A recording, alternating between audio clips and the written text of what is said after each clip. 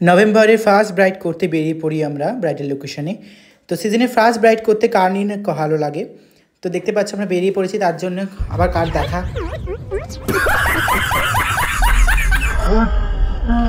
তো দেখে একটু হাসাহাসি পেলো। তো যাই হোক, আবার আমরা ফিরে এলাম ব্রাইডাল লোকেশনের উদ্দেশ্যে। তো চলো, ব্রাইডাল লোকেশনে আমরা পৌঁছে গিয়েছি। খুব তাড়াহুড়োর মধ্যে ব্রাইডের টাইম দেওয়া ছিল, যেহেতু বেল সময়টাও খুব তাড়াতাড়ি ছিল। তো দেখতে পাচ্ছি ব্রাইডের আমরা লোকেশনে পৌঁছে গেছি। অ্যান্ড প্যান্ডেলের যে অ্যাম্বিয়েন্সটা তোমাদের সাথে শেয়ার করছি, তার সাথে ছিল আমার গণেশ দাদার মূর্তি। তো আমরা প্রণাম করে নিয়ে ব্রাইডের ঘরের দিকে এগিয়ে যাই। তো দেখতে পাচ্ছ ব্রাইডের আমরা বাড়িতে ঢুকে গেছি। তারপর ব্রাইড যেখানে সাজবে আমাদেরকে বলা হয়েছিল ব্রাইডের রুমেই। তো ব্রাইডের রুমে আমি পৌঁছে যাই। ব্রাইড তখনও আসেনি স্নান সেরে। অ্যান্ড দেন ব্রাইডের যে রুমটা ছিল, তার আগে আমি না ঢুকতেই আমার কাছে যারা সহপাঠীরা ছিল দেখতে পাচ্ছ, তারা আগে ঢুকেই নিজেদের সাজসজ্জা চালু করে দেয়।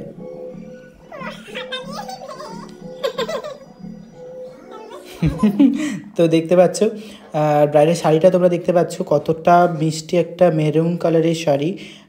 ব্রাইডের মানে স্কিন টোনের সাথে খুব ম্যাচ হচ্ছিল।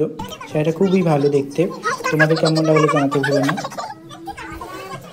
আর এখানে একটু হাসি মজা করে নিচ্ছিলাম আমরা, তোমরাও দেখে একটু উপভোগ করো।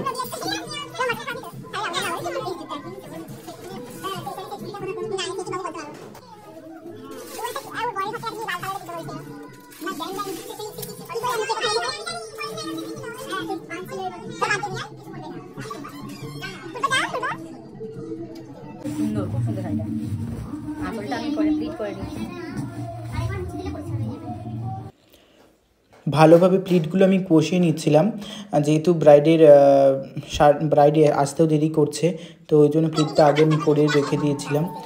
অ্যান্ড দেন দেখতে পাচ্ছ খুব সুন্দরভাবে সিকিউর করে সেফটি পিন দিয়ে লক করে রাখছিলাম, যাতে পড়াতে ব্রাইড আসতে আমি পড়াতে না কোনো অসুবিধা হয়, ঝটপট যাতে পরিয়ে দিতে পারি সময়টা বাঁচানোর জন্য। ব্রাইড অনেকটা লেট করে এসেছিলো, তার মধ্যে থেকেও আমরা খুব চটজলদি একটু মেকআপ হেয়ার রেডি করে দিই।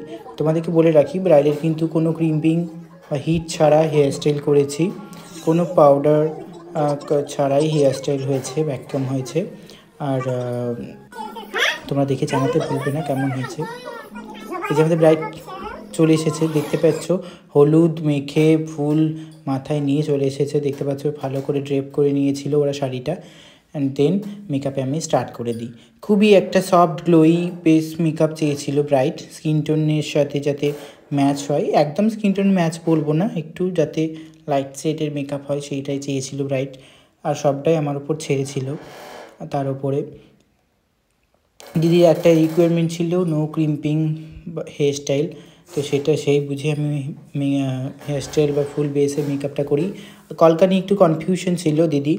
আর কলকাটা আমি খুবই সিম্পল একটা কলকা করি, খুব সূক্ষ্ম সরু মোটিভের ওপরে কাজ করি। দেখতে পাচ্ছি এখানে আমি একটু গল্প করছিলাম, যেহেতু ব্রাইডের মনটা খুবই খারাপ ছিল, আমরা একটু হাসানোর চেষ্টা করছিলাম যাতে একটু ঠিকঠাক থাকে। আর ব্রাইডের ফেসটা যাতে আরও গ্লো করে, ব্লাশ করে। তো দেখতে পাচ্ছ এই মধ্যে আমার বেস মেকআপটা অলমোস্ট কমপ্লিট। অ্যান্ড দেন আইব্রোজটা করে নিচ্ছিলাম, খুব লাইট আইব্রো করছিলাম, যাতে না খুব গাঢ় উগ্র মনে হয় না হয়। দেন চোখটা একটু টানা টানা করতে বলেছিল, কাজল ভরা চোখ করতে বলেছিল দিদি, সেই বুঝেই আমি করি। তো দেখতে পাচ্ছ এখানে আই মেকআপটা তোমাদের কেমন লাগলো জানাতে ভুলো না। বেসিক্যালি এই ধরনের আই মেকআপ ব্রাইডের ক্ষেত্রে খুবই ভালো যায়, সব ধরনের স্কিন টোনে এটা খুব ভালো যায়। আর দিদির রিকোয়ারমেন্ট ছিল একটা লাল লিপস্টিক, রেড লিপস্টিক, তো সেটাই আমি পরিয়ে দিই। ল্যাসেস আমি কিছু ইউজ করিনি, দিদি কোনোদিনও সাজে না, তো তাই সিম্পল একটা মেকআপ ক্যারি করেছিল দিদি, যাতে না কোনো জায়গা থেকে মনে হয় যে ভারী কিছু জিনিস দেওয়া হয়েছে। আর গাছরাটা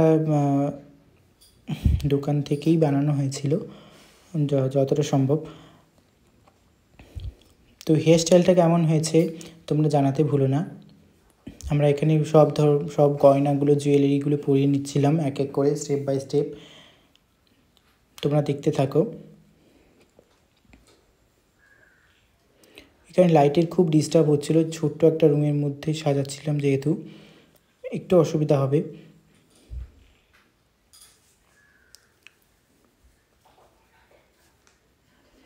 তো দেখতে পাচ্ছ এক একটা যখন জুয়েলারি কমপ্লিট হচ্ছে ব্রাইডাল লুকসটা আরও ফুটে উঠেছে, আর তত ভালো লাগছে, যেহেতু গয়না দিয়ে আরও বেশি ভালো লাগছে দেখতে।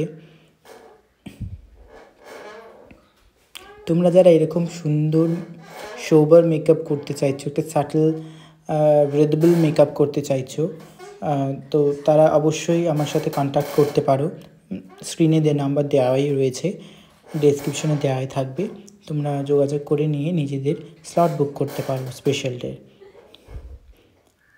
এখানে নথ দিদি পরাইনি এখনও, যেহেতু নথটা খুবই ছোট ছিল, তাই আমি নিজের একটি নথ ক্যারি করেছিলাম যাতে আমার নিজের ফটোশ্যুট করতে কোনো প্রবলেম না হয়। অ্যান্ড দেন একটি নথ পাওয়া গিয়েছিল দোকানেই, আবার গিয়ে কিনে নিয়ে এসেছিলো, সেটাকে পরেই কমপ্লিট করেছিলাম ফুল লুকটা। তো দিদির কাছ থেকে শুনে নেওয়া যাক দিদির কেমন লাগলো। অনুদিক, বলো তোমার কেমন লাগলো? আমার খুবই ভালো লেগেছে অপূর্ব কাছে সেজে। তো আমি যেটা চেয়েছিলাম তার থেকে অনেক সুন্দর বেশি সাজিয়েছে। একদম স্কিন টোনটা ঠিক আছে তো? একদম আরও বসবে মেকআপটা, তাহলে আরও স্কিন টোনে চলে আসবে। আর আই মেকআপ, ফেস মেকআপ সব ঠিকঠাক তো? আর হেয়ারটা ঠিক আছে তো? No crimping hair style? একদম।